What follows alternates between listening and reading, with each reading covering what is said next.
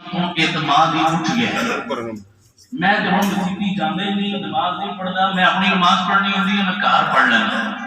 میں نے پوچھا جی مسجد میں کیوں نہیں جاتے، جماعت کے ساتھ نماز کیوں نہیں پڑھتے؟ کہنے لگا جی ان مولویاں پیچھے میری ہوندی نہیں۔ انا للہ و انا الیہ راجعون۔ چلو کسی ایک سے اختلاف ہو گیا، نہیں پڑھتے اس کے پیچھے، کسی کے پیچھے نہیں ہوتی قاری، کسی کے پیچھے نہیں ہوتی۔ میں نے وجہ پوچھی جی وجہ کیا ہے؟ کہنے لگے یہ سارے حرام کھاتے ہیں، نعوذ باللہ، سارے مولوی حرام کھاتے ہیں، اس لیے حرام کھانے والے کے پیچھے نماز نہیں ہوتی، میں گھر پڑھتا ہوں۔ میں نے کہا کیسے حرام کھاتے ہیں سارے؟ اب لاجک سنیے، دلیل سنیے، یہ دین بیچتے ہیں۔ میں نے کہا جی وہ کس طرح؟ جی نماز پڑھاتے ہیں پیسے لیتے ہیں، واز کرتے ہیں پیسے لیتے ہیں، سبق پڑھاتے ہیں پیسے لیتے ہیں، تنخواہ لیتے ہیں، اور اللہ کہتا ہے لا تشتروا بآیاتی ثمنا قلیلا، میری آیتوں کو تھوڑے عوض کے بدلے میں مت بیچو۔ اللہ کہتا ہے میری آیتوں کو نہ بیچو، مولوی بیچ رہا ہے، تنخواہ لے رہا ہے، تو یہ دین بیچنے والا تو حرام کھا رہا ہے، حرام کھانے والے کے پیچھے نماز نہیں ہے۔ کیسی کیسی دلیلیں گھڑ کے لاتے ہیں لوگ جناب۔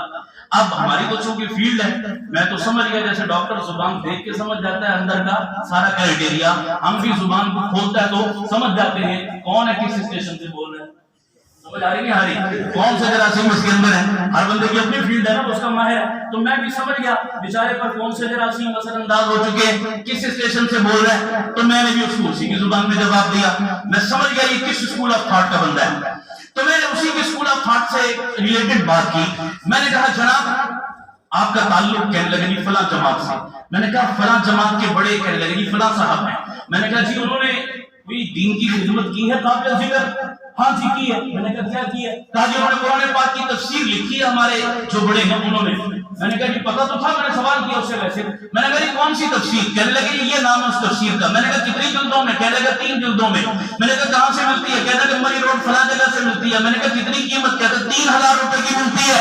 میں نے کہا شرم نہیں آتی دین بیچتے ہو؟ واہ سبحان اللہ، واہ مولانا، سمجھ آ رہی نہیں آ رہی؟ میں نے کہا شرم نہیں آتی دین بیچتے ہو؟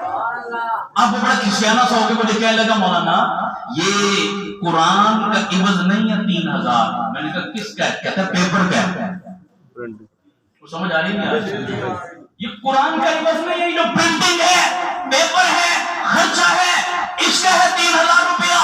قرآن کا عوض تو کوئی چیز نہیں بن سکتی۔ میں نے کہا اب آیا نا لائن پہ، ہاں مولوی صاحب بھی جو 10-12 ہزار لیتے ہیں، کعبے کے رب کی قسم یہ دین کا عوض نہیں ہے۔ ساری دنیا بھی اس کا عوض دے دو تو عوض بن سکتی ہے قرآن کا؟ ساری دنیا کی دولت بھی دین کا عوض بن سکتی ہے؟ 10-12 ہزار کی چیز ہے جناب، شریعت کا مسئلہ ہے۔ یہ مولانا صاحب جو یہاں بیٹھ کر منبر پر بات کر رہے ہیں اور مسجد پہ بیٹھ کر درس دے رہے ہیں، پڑھا رہے ہیں، مدرس ہیں، اس کی تنخواہ لیتے ہیں۔ یہ تنخواہ مسئلہ یاد کرو دین کی نہیں لیتے، یہ وقت کی پابندی کی تنخواہ لیتے ہیں۔ ایسا ہے یا نہیں؟ آپ صبح گئے اپنے چاندنی چوک سے کسی مزدور کو لے کر آئے مزدوری کے لیے، دہاڑی لگانے کے لیے، یہاں لا کر اس کو بٹھا دیا گھر میں، کوئی کام اس سے نہیں لیا۔ شام کو چھٹی دی، جب اس کو مزدوری دو گے نہیں دو گے؟ بولو کس چیز کی مزدوری؟ کام تو لیا تم نے، وقت کی پابندی۔ آپ اسے باؤنڈ نہ کرتے، آپ اسے پابند نہ کرتے، وہ کہیں اور جا کر بچوں کا آٹا کما لیتا، روٹی کما لیتا، آپ نے تو ہر طرف سے چھڑا کے اسے باؤنڈ کیا۔ اب وقت کی پابندی شرعاً اور اخلاقاً اس کا معاوضہ آپ پر بنتا ہے۔ اسی طرح مولانا صاحب کو آپ نے ہر کام سے چھڑایا۔ جناب آپ دکان پہ جائیں گے، دفتر میں جائیں گے، بزنس کریں گے، کاروبار کریں گے، تو ہمیں دین کون سکھائے گا؟ ہمارے بچوں کو دین کون بتائے گا؟ ہمیں قرآن کا درس کون دے گا؟ ان بچوں کے دل دماغ میں اللہ رسول کی عظمت کون ڈالے گا؟ ان کے سینوں میں انہوں نے نبی کو کون پرست کرے گا؟ آپ سب کاموں سے فارغ ہو جائیں، ہر طرف سے چھوڑ چھڑا کر یہاں بیٹھے، ان کی خدمت کریں۔ رہ گیا آپ کا اور آپ کے بچوں کا معاشی مسئلہ، جناب آپ کی ہر ضرورت کے ذمہ دار ہم ہیں۔ بولو بنتا نہیں بنتا؟ سارے بولیے۔ حضرت صدیق اکبر نے بھی کہا تھا نا یا رسول اللہ آپ کو بھی 3 چیزیں پسند ہیں، مجھے بھی 3 چیزیں۔ سنی ہے نا لمبی حدیث، ان میں سے ایک پسند صدیق اکبر نے کیا بتائی تھی؟ انفاق مالی علی رسول اللہ۔ یہ علماء موجود ہیں، پوچھیے گا ترجمہ ذرا، صدیق کی مزاج کو سمجھو۔ کہا یا رسول اللہ میری چاہت ہے میرا مال آپ کی ذات پہ خرچ ہو۔ سبحان اللہ، بات سمجھیے گا ذرا، میرا مال کہاں خرچ ہو؟ آپ کی ذات پہ خرچ ہو۔ اب صدیق اکبر کو پتہ بھی تھا اور کہہ بھی سکتے تھے، حضور کی مسجد تھی یا نہیں تھی؟ بولو مدرسہ تھا یا نہیں تھا؟ دین کے شعبے تھے یا نہیں تھے؟ تو صدیق اکبر کہہ سکتے تھے نا یا رسول اللہ میری چاہت ہے میرا مال آپ کی مسجد پر لگے، میرا مال آپ کے مدرسے پر لگے، میرا مال آپ کے مشن پر لگے، میرا مال آپ کی کاز پر لگے. ایسا نہیں بولا. کیا بولا؟ میرا مال آپ کی ذات پر لگے. توجہ کرنا. گویا صدیق نے قیامت تک کے مسلمانوں کو کیا مسئلہ بتایا، کیا ذوق دیا؟ ذوق یہ دیا، صدیق جانتے تھے کہ نبوت کی ذات پر خرچ کرنا بھی در حقیقت خدا کے دین پر خرچ کرنا ہے. اور علماء کس کے وارث ہیں؟ انبیاء کی. جی بولو، سارے بولو. انبیاء کے وارث ہیں علماء.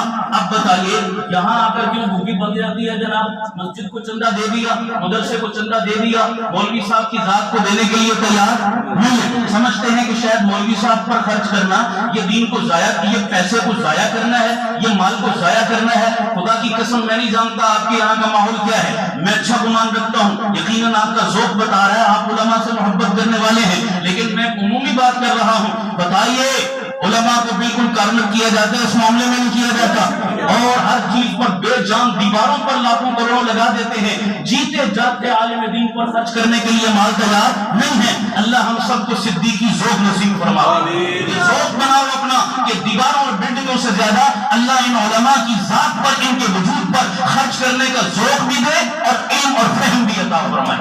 آمین کہہ دو سارے. آمین. وہ 5000 کا نوٹ اور 20 روپے والا نوٹ آپس میں کزن لگتے نہیں لگتے؟ کزن لگتے، شکلیں ملتی ہیں. دونوں کی محفل ہوئی، جدا ہونے لگے تو 20 والے نے 5 والے سے پوچھا، جناب بڑا مزہ آیا آپ سے گپ شپ کر کے، ایڈریس تو بتائیے کبھی پھر ملنا ہو کہاں دستیاب ہوں گے. تو بڑا اکڑ کے 5000 والا نوٹ کہنے لگا، میں خیرے کو منہ نہیں لگا. بالخصوص تبدیلی کے زمانے میں تو بالکل نہیں لگا. میرے سے ملنا ہو جناب، ڈیفنس میں آؤ، ڈی ایچ اے میں آؤ، بحریہ میں آؤ، اسلام آباد کے پوسٹ سیکٹر میں آؤ، کسی امیر کبیر بندے کے بینک اکاؤنٹ میں آؤ، تجوری میں آؤ، بٹوے میں آؤ، میں بڑے لوگوں کے ہاں دستیاب ہوں، ہر کسی کو مجھے لگاتا میں. بہت اچھا. 5000 والے نوٹ نے 20 والے سے پوچھا، میرا تو پوچھ لیا، اپنا ایڈریس بھی بتاؤ، تم کہاں ملتے ہو؟ تو 20 والا نوٹ بیچارہ بڑا شرمندہ سا ہو کے کہنے لگا، جناب میں تم کدھر لبا نہ لبا، میں تم مسجد اور مدرسے دے چندے دے ڈبے ضرور ملا. بات تو لطیفے کی ہے لیکن حقیقت ہے، اللہ کرے آپ کو سمجھ میں آ جائے. سمجھ آ رہی نہیں آ رہی؟ قوم کی کنجروں اور میراثیوں پہ لوگ لاکھوں اڑا دیتے ہیں، تو جو قوم کنجروں اور میراثیوں پہ لاکھوں اڑائے اس قوم میں پھر کنجر پیدا ہوں گے، پھر میراثی پیدا ہوں گے. یقین نہیں آتا تو یہ 8 مارچ کو مظاہرہ ہو چکا ہے اسلام آباد میں. سمجھ آ رہی نہیں آ رہی؟ یہی نسل پروان چڑھے گی.